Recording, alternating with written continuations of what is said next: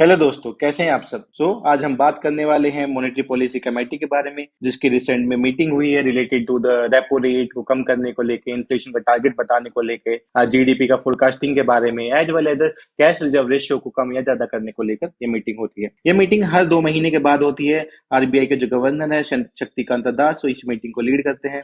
तो आज के वीडियो में हम जानेंगे रिसेंट के डिसीजन जो मॉनेटरी पॉलिसी कमेटी ने आज की मीटिंग में लिए हैं, और इसके साथ साथ हम जानेंगे क्या क्या पॉलिसी चेंज, क्या क्या रेट चेंज के बारे में मॉनेटरी पॉलिसी कमेटी ने बात की है। जब हम मॉनेटरी पॉलिसी कमेटी की बात करते हैं तो मॉनेटरी पॉलिसी कमेटी में कितने मेंबर्स हैं, उनका क्या काम है, किसके अंडर वो काम करते हैं। इसके साथ साथ हम कुछ टर्म्स के बारे में जानेंगे। कैश रिजर्व रेशियो क्या होता है, स्टैट्यूटरी लिक्विडिटी रेशियो क्या होता है, एसएलआर क्या होते हैं, और how it impact on the liquidity of the country, how the dollar and rupee inter related है, कैसे रुपी की सप्लाई डॉलर को अफेक्ट करती है, कैसे डॉलर की सप्लाई रुपी को अफेक्ट करती है। आज हम सारी चीजें इस वीडियो के बारे में देखेंगे। तो चलिए शुरू करते हैं। आरबीआई ने रिसेंट में मॉनेटरी पॉलिसी कमेटी के थ्रू डिसीजन लिया है कि we are not going to increase the repo rate और decrease the repo rate. Repo rate को सेम रखा है, लेकिन यहाँ पे क्रूशियल डिसीजन लिया गया है, कैश रिजर्व रेशियो को डिक्रीज किया गया है। कैश रिजर्व रेशियो को डिक्रीज किया गया है और रेपो रेट को सेम रखा गया है। तो चलिए सबसे पहले समझते हैं कि आरबीआई ने रिसेंट में डिसीजन क्या लिए हैं, फिर उसके बाद हम इनकी की वर्ड्स के मीनिंग जानेंगे कि रेपो रेट्स क्या होते हैं, सीआरआर क्या होते हैं। तो आरबीआई की जो मॉनेटरी पॉलिसी कमेटी की मीटिंग होती है वो एवरी 2 मंथ्स पे होती है। जो मीटिंग है आरबीआई का, एवरी 2 मंथ्स पे मीटिंग होता है to know about what is the scenario going in the market, क्या चल रहा है, कितना परसेंट पे इन्फ्लेशन है, कितना लिक्विडिटी है मार्केट में। उन सब के बेसिस पे आरबीआई अपना एक रेट डिसाइड करती है, उसको बताती है कि मार्केट में हम रेपो रेट चेंज करने वाले हैं, या फिर हम सीआरआर को चेंज करने वाले हैं, या फिर एसएलआर को चेंज करने वाले हैं। जैसे जैसे अभी रिसेंट में हमने डेटा देखा कि जीडीपी नंबर्स कम होते जा रहे हैं, तो आरबीआई का मेन टारगेट रहेगा कि हम मार्केट में फ्लो बढ़ाएं रुपए का, so that the customer buying power increase हो, बैंक की लैंडिंग पावर इंक्रीज हो। तो इन सब चीजों को देखते हुए आरबीआई अपना एक रिपोर्ट जारी करती है through the monetary policy committee. तो चलिए आज के डिसीजन के बारे में जानते हैं। सबसे पहला आरबीआई का डिसीजन, जो मेन सबसे बड़ा डिसीजन रहा है, इसके बारे में बात हो रही है। आरबीआई ने सीआरआर कैश रिजर्व रेशियो को कम किया है। 4.5% था जो पहले, उसको घटा के 4% कर दिया गया है। Means the CRR cash reserve ratio decrease from 4.5% to the 4%. If the CRR is decreasing from the 4.5 to 4%, there is will be the more liquidity in the market. जैसे जैसे कम हो रहा है तो जिसकी वजह से मार्केट में ज्यादा लिक्विडिटी आएगी, रुपी का फ्लो ज्यादा होगा। रुपी का फ्लो ज्यादा होगा, रुपी का फ्लो ज्यादा होने की वजह से परचेजिंग पावर बढ़ेगी। परचेजिंग पावर के साथ साथ it will increase the lending power of the bank. तो मैं आपको यहाँ पे एक ब्रीफ बता देता हूँ कि कैश रिजर्व रेशियो क्या होता है। कैश रिजर्व रेशियो वो रेशियो है जो शेड्यूल कमर्शियल बैंक और बैंक इन इंडिया एक particular amount of currency RBI के पास रखते हैं। तो यह 4% उनके टोटल डिपॉजिट्स का 4% वो आरबीआई के पास रखेंगे, जिसकी वजह से उनका 0.5% फ्री हो जाता है, क्योंकि अभी डिक्रीज हुआ है 4.5 टू 4%। और जो 0.5% एक्स्ट्रा मिलेगा बैंक्स को स्पेंड करने के लिए, लेंडिंग के लिए, तो वो एक आपका फ्लो मार्केट में बढ़ा देता है, रुपी का फ्लो मार्केट में बढ़ा देगा। तो सीआरआर के बारे में हम डिटेल भी देखेंगे। तो सेकंड, 4.5% का रेट जो कम हो गया 4% हुआ है, due to this reason 1.16 lakh crore 1.16 lakh crore का रुपी फ्लो मार्केट में बढ़ेगा। It will increase the 1.16 lakh rupee flow into the market, and this is a huge amount for an economy. 1.16 lakh crore. Now the bank can lend more. It will lead to lending. What will happen? Lending will increase. If the lending will increase, the business sentiment will increase. Business sentiment will increase, then it will lead to increase in the employment. Employment will increase. It will increase the capacity of consumer to buy the things, and overall it will help in the increase in the GDP in the long run. So small tweaks into the policy, how it leads to generation of the business, employment, GDP and the capacity in the country. तो एक छोटा सा decision कितना बड़ा change लेके आ जा सकता है, तो हम आरबीआई मॉनेटरी पॉलिसी कमेटी में देख रहे हैं। इसके दूसरे डिसीजन के बारे में अगर जाने, तो आरबीआई मॉनेटरी पॉलिसी कमेटी में दूसरा डिसीजन जो लिया गया है, उसमें बताया गया है कि due to the increase in the CRR, CRR में डिक्रीज होने की वजह से there will be increase in the economic growth, there will be increase in the economic growth due to the decrease in the CRR, क्योंकि flow market में money का बढ़ेगा तो वो ग्रोथ को लेके आएगा। This was the idea behind the decrease in the cash reserve ratio को कम करने का सबसे बड़ा रीजन यही था। इसके साथ साथ जो सेकंड डिसीजन लिया गया, the policy panel has also cut the GDP growth forecast from 7.2%। अभी अगर हम देखेंगे रिसेंट में ही last monetary policy committee meeting में आरबीआई ने बोला था कि इंडिया इस फिस्कल ईयर में कि जीडीपी ग्रोथ इंडिया की 7.2% रहने वाली है, कि 7.2% की स्पीड से इंडिया ग्रो करेगा। लेकिन आज की मीटिंग में आरबीआई ने बोला नहीं नहीं, इंडिया 7.2% नहीं 6.6% की स्पीड से ही ग्रो कर पाएगा, क्योंकि जो नंबर रिसेंट में आए हैं, जो इंडिया का ग्रोस डोमेस्टिक प्रोडक्ट है पिछले 6 क्वार्टर का सबसे कम रहा है इस क्वार्टर में, उसकी वजह से आरबीआई ने अपना एक व्यू चेंज किया है। According to the RBI, India will grow at 6.6% instead of the 7.2%। तो ये एक पॉलिसी चेंज है। हम एक पूरा सेंटीमेंट देखते हैं मार्केट किस तरीके से रन कर रही है, क्या क्या चीजों पे इश्यूज हैं, कितना एम्प्लॉयमेंट जनरेशन है, कैसे मैन्युफैक्चरिंग सेक्टर्स कर रहा है। इसके लिए भी हमने एक वीडियो बनाई है, आप जाके देख सकते हैं, इसका लिंक डिस्क्रिप्शन में गिवन है।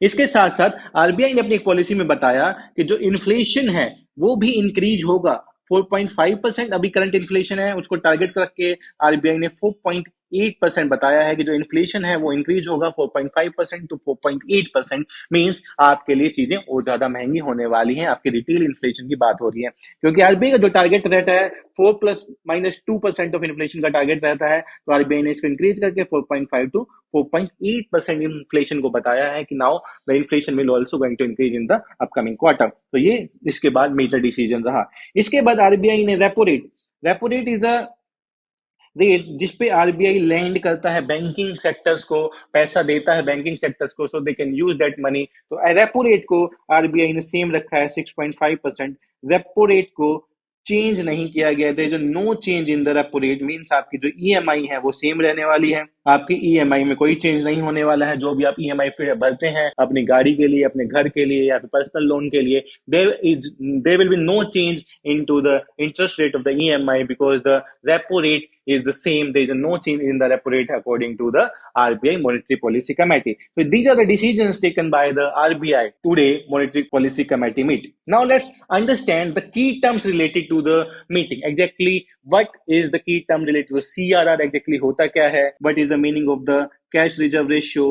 What is the meaning of the statutory liquidity ratio and how increase or decrease in these ratio is giving more liquidity to the market? कैसे इन दोनों का कम या ज्यादा होना मार्केट में रिलीज करेगा ज्यादा पैसे को।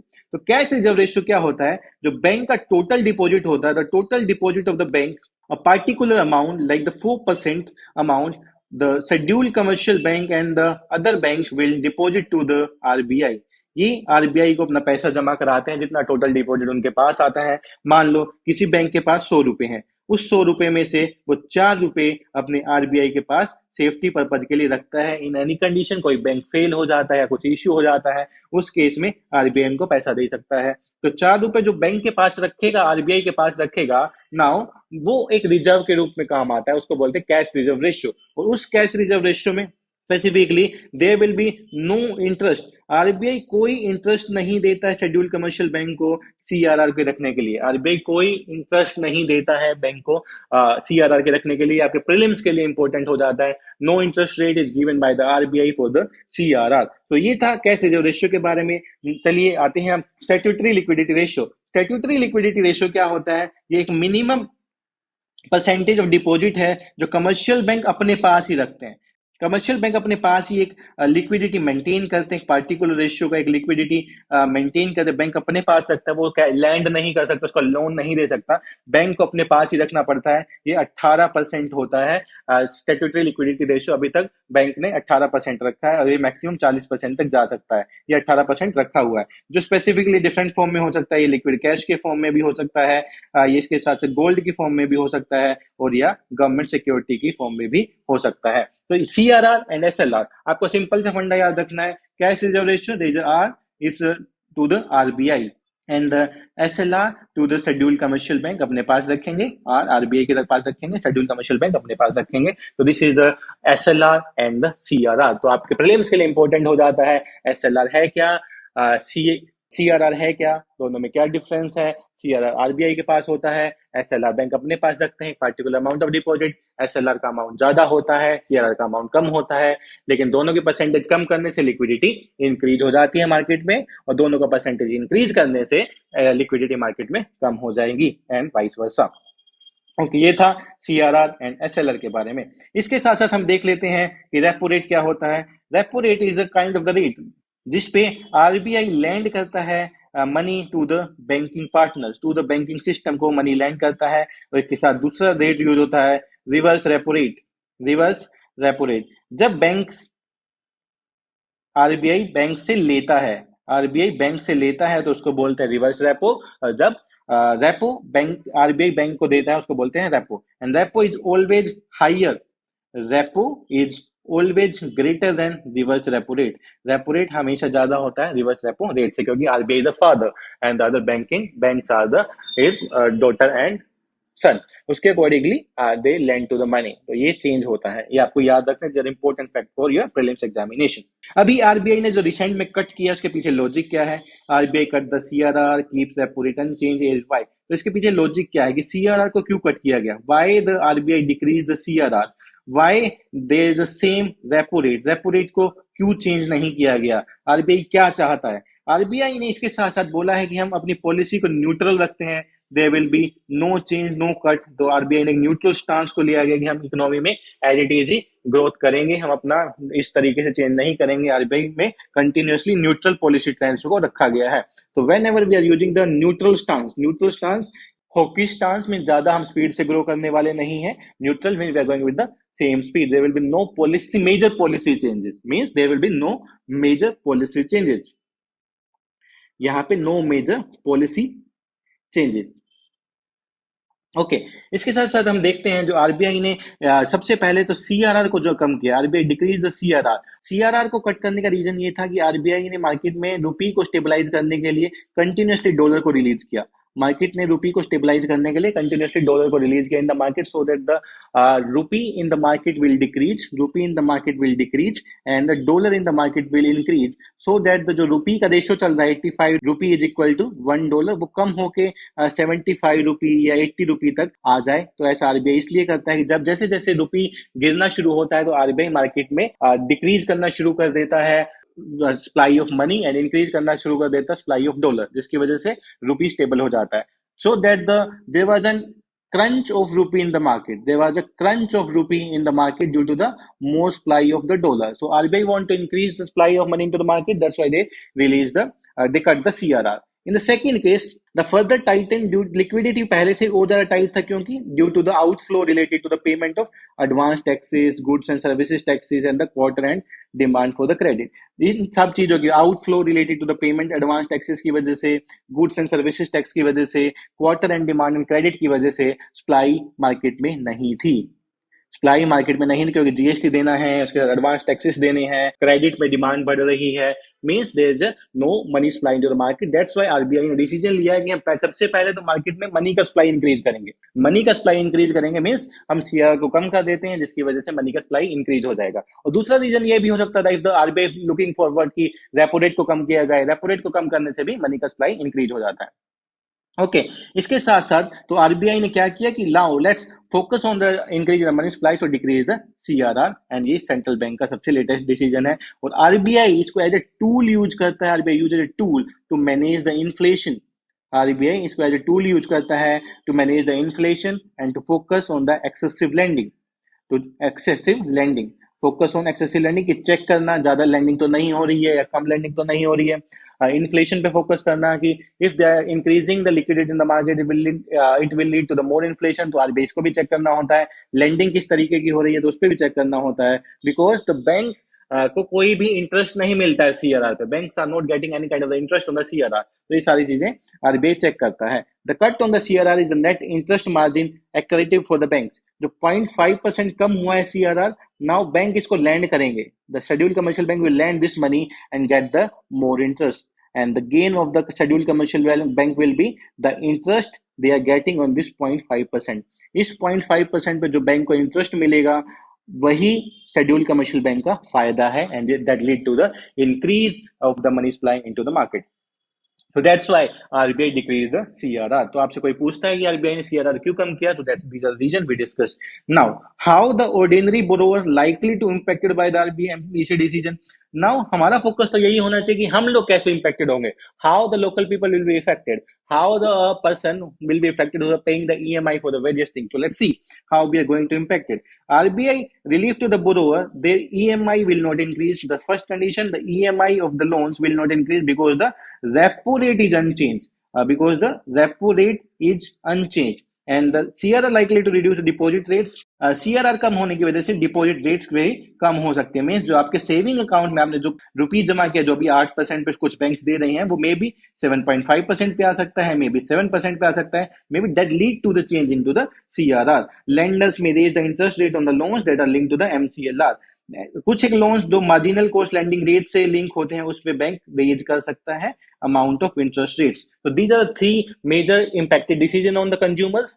आपका EMI चेंज नहीं होगा, आपके सेविंग अकाउंट्स का परसेंटेज ऑफ इंटरेस्ट कम हो सकता है, क्योंकि अभी बैंकों के पास ज्यादा पैसा आ गया है, तो वो नहीं चाहते कि आपका पैसा बैंक में हो ज्यादा से ज्यादा, ताकि बैंक को कम इंटरेस्ट देना पड़े. इसके साथ साथ जो loan MCLR marginal cost of lending rate से लिंक्ड है, उनका इंटरेस्ट रेट बढ़ सकता है due to the bank policy. तो these are the effect on the borrowers पे क्या क्या इफेक्ट हो सकता है. And now let's look at the last one. Why has the MPC reduced the growth forecast for the economy? MPC ने growth forecast क्यों decrease किया? Number one, decrease the forecast from 7.2% to the 6.6%. इसका forecast को कम किया गया है in the second quarters of the economy, because in last quarter it was approximately 5.5 to 5.6%. last quarter में रहा, जिसपे हमने वीडियो भी बनाया, आप देख सकते हैं इसको जाके. क्योंकि लास्ट के 4 क्वार्टर्स में ना there is continuously decrease in the last 4 quarters में कंटिन्यूअसली डिक्रीज हो रही है जीडीपी, जिसकी वजह से आरबीआई को लगा कि हाँ, हम 7.2% से तो ग्रो करने वाले नहीं है, because of the manufacturing sector is not working well, mining sector is not working well, job creation अच्छे से नहीं हो रहा है. तो ये सारी चीजें हम फोकस करते हैं कि there is not going to be a good economic growth of 7.2% according to the current condition. तो इसलिए आरबीआई ने उसको 7.2% से 6.6% लेके आए हैं. In August and June, MPC announcement RBI retained the GDP growth estimate to 7.2%, but this time they decreased it. Okay, so this is the why the MPC has decreased the forecast. Okay, now let's come to the what is the monetary policy committee है क्या, exactly what is the monetary policy committee, जिसके बारे में हमने बात किया. Monetary policy committee एक bank के लिए कमेटी है जो पार्टिकुलरली रेपो रेट को डिसाइड करती है कि कितना रेपो रेट होगा एवरी 2 months पे, and it fix the benchmark interest rate to the RBI.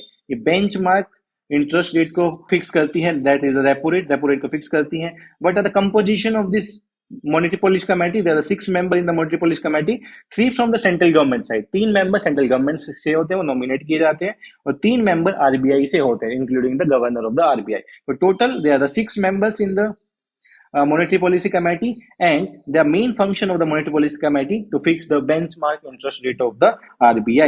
So ये था monetary policy committee के बारे में. अगर आपको कोई डाउट है तो आप कमेंट सेक्शन में बता सकते हैं, हम डिस्कस कर लेंगे. चलिए अब देखते हैं कि यूपीएससी ने इससे क्या क्वेश्चन पूछा है. तो ये फाइनली आपके लिए वही इंपॉर्टेंट है जो यूपीएससी पूछता है. तो लेट्स सी यूपीएससी ने इससे क्या क्वेश्चन पूछा है.